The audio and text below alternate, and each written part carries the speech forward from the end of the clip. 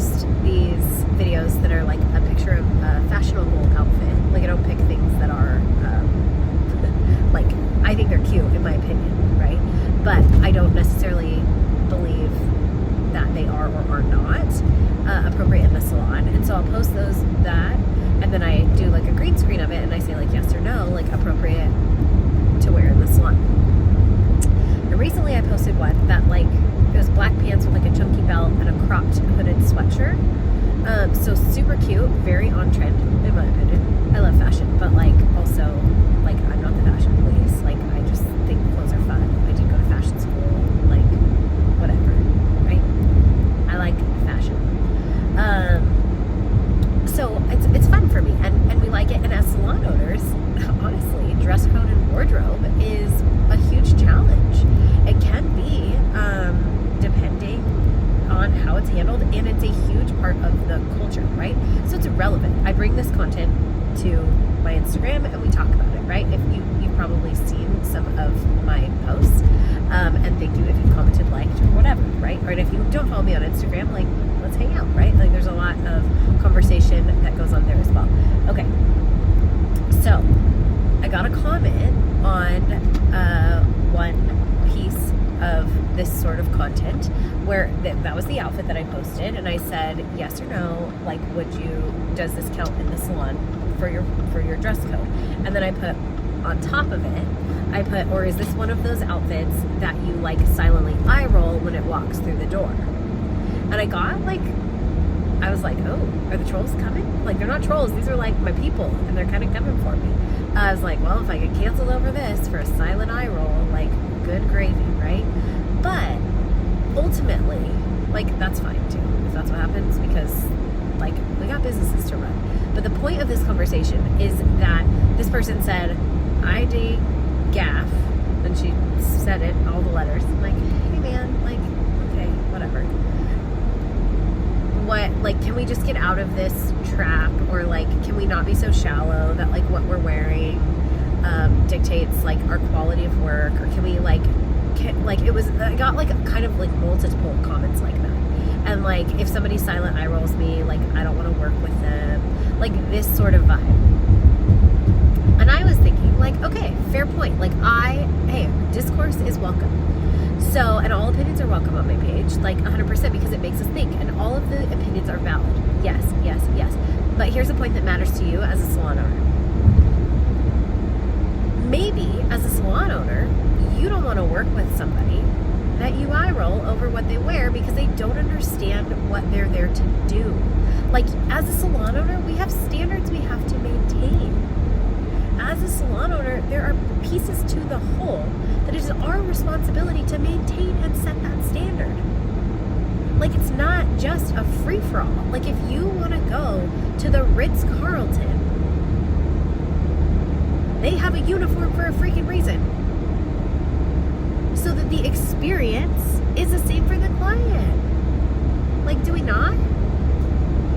Like, we get it, right? So obviously people can pop off on the internet and say all they want to say, but like, this is why it's important for us as salon owners to spell out why we have these standards. And I definitely did in the caption. Like, I'm not gonna lie, I was a little bit cheeky because hello, have you met me?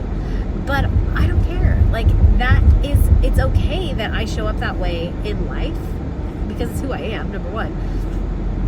But I also am that way at the salon owner, because in the caption, I think I said something along the lines of like, and you wonder, like, my secret eye roll, and me thinking like, you wonder why you can't keep clients? Or like, why you can't keep high-end clients, or why your books are empty.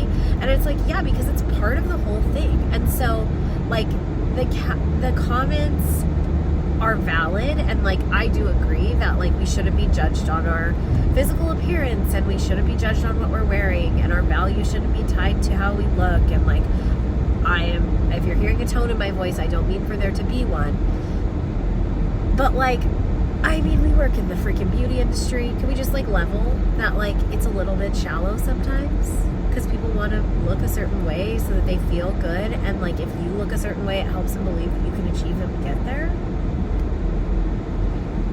Look, is that always true? No. I could look the best and be the worst freaking hairdresser, but people will still come to me because of how I look and dress and feel, and makes them look and feel. Do you know what I mean? Like, it kind of matters. Not kind of, it freaking matters. And the point about, like, this, you don't want to work with somebody that eye rolls at you, like, that's fine. That, like, and to their point, like, and this isn't something that, like, I deal with. I was just thinking, like, broadly in terms of, I mean, have I dealt with this? Yes.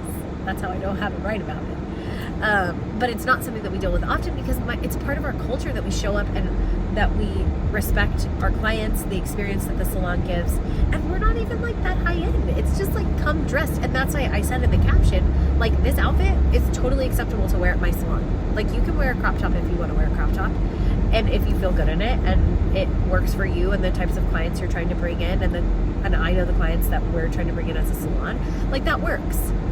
But I don't think, like, I would never wear it. And that is something that I put in the caption because, like, it's not the full standard. Like, it works, but it's not, like, perfect for me. Like, it wouldn't be the outfit, like, if I had to pick a uniform for everyone.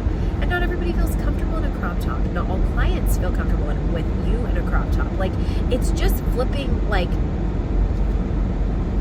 there's no freaking ego in it. It's thinking about, how do I serve this person and do my job best? And what do I need to wear in order to do that? Like, that's really the conversation. It's not about, like, your value, and it's not about, like, that your body gets choice and all these things, which, yes, it does. But, like, when it comes to what you wear in the salon, it's about the client. It's about the experience that you're giving the client. And if the salon has set a standard of experience, that's what actually matters. Just that you do it. Just the same that, like, you might not chew gum and be like while you're doing hair. Like, because that might not hit the standard. Like, maybe you're not going to smoke a cigarette while you're doing somebody's hair. I hope you don't smoke cigarettes at all. But, like, if you do, you're going to, like, is that the standard? No, because that would be probably pretty gross. But, like, you know, like, it's why we don't eat at our community table. It's the same thing. Like, our clients can eat there if they bring a snack or whatever. That's A-okay. But you will never see myself or my staff sitting and having our lunch at the community table. We have a freaking break room. Like, and it's because it's a standard that gives the experience to the clients. We're not that casual. Like, we're your pals, we're community-based, we're all those things. This table is where we can all convene, but it is not where, like, we just, like, kick back and relax. Like, when we're at the community table, we're representing the salon. When you go in the break room, you can relax and just do whatever you want to do, right? Like, that's where, like, you know how it is, right? Like, you know what I'm talking about. But I just wanted to have this conversation with you because I think that we forget as owners why we have these things in place, and people think you're just the police. It's not that at all. It's about keeping the level of experience, the standards in place, so that, how many times have I said standards in this video? Sorry. So that it's consistent for your clients, so that you can continue to grow your revenue. We want to continue to grow revenue. That's the whole freaking point. We want to grow our business, make more money, live better.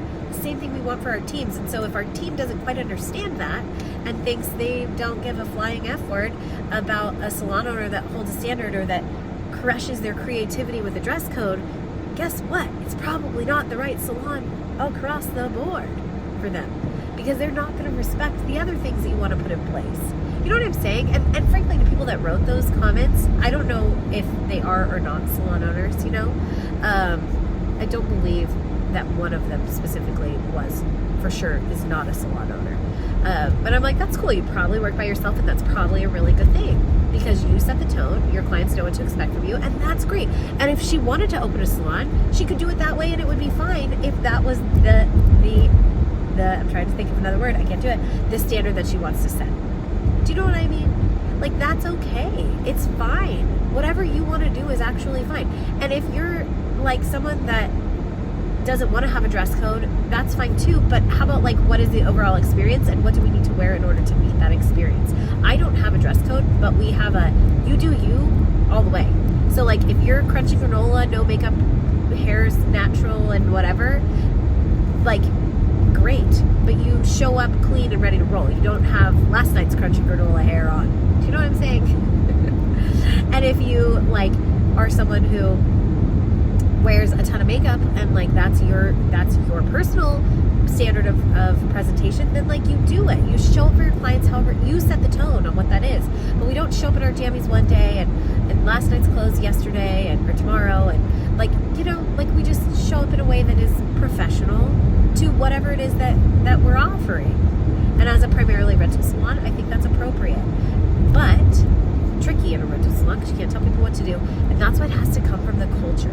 And that's why if you have great culture and you have these things in place and you know, and you have SOPs and you know what you're doing and you know who you serve, what they love about you and the emotions that it takes to convey that for them to come in, so all of these things, when you master all of that, when you have a system for each level of that, and it ties back to your marketing and your business plan and your overall messaging, like business will grow and you'll have a wait list of stylists, hiring will be simple, you'll have a wait list of clients, getting clients in will be great, and it works. Like that, this is all part of it. Now the dress code is this much, but it is a very important piece because if a client comes in and you are in something that makes them feel uncomfortable, like clothes wise, like they're probably not going to come back or they're going to complain. Listen to the clients, what they tell you, you guys. Like if they mention something or if they're a little sheepish to say, invite them to share with you because this is information you need to know.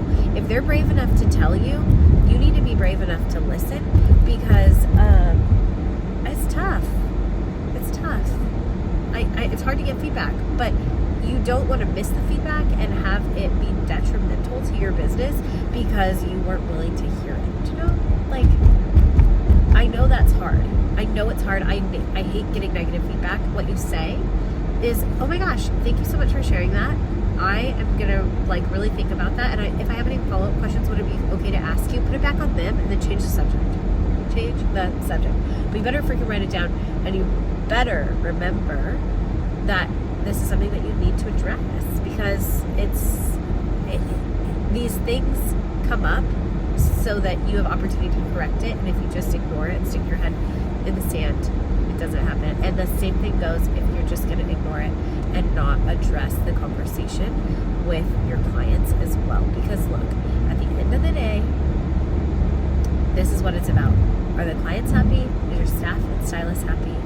And then are you happy, right? And the only way that we can really get to that is by having clear boundaries. And I don't mean like policies and procedures, like clear expectations of what is expected of the people that you work with and what you are going to do in return. Like, this is all very, very, very simple, but it gets tricky when we don't have that outlined, and that's why we need systems in our salon, in our leadership, right?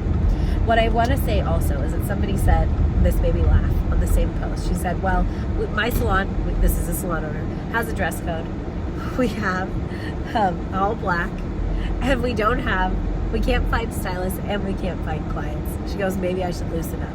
And I think that there's two sides to every coin, right? So but I said, you know, dress code is a part of the culture issue. And it is, and that probably in there is something, there's probably a larger culture issue and or a messaging or marketing issue. Culture might be freaking fantastic and they can wear black and it's great and your experience is amazing. But if you don't have your messaging on point and you don't have a business plan and a marketing plan to get the messaging out to the people, it's going to be tough to grow your business. Like, it's just the long and the short of it.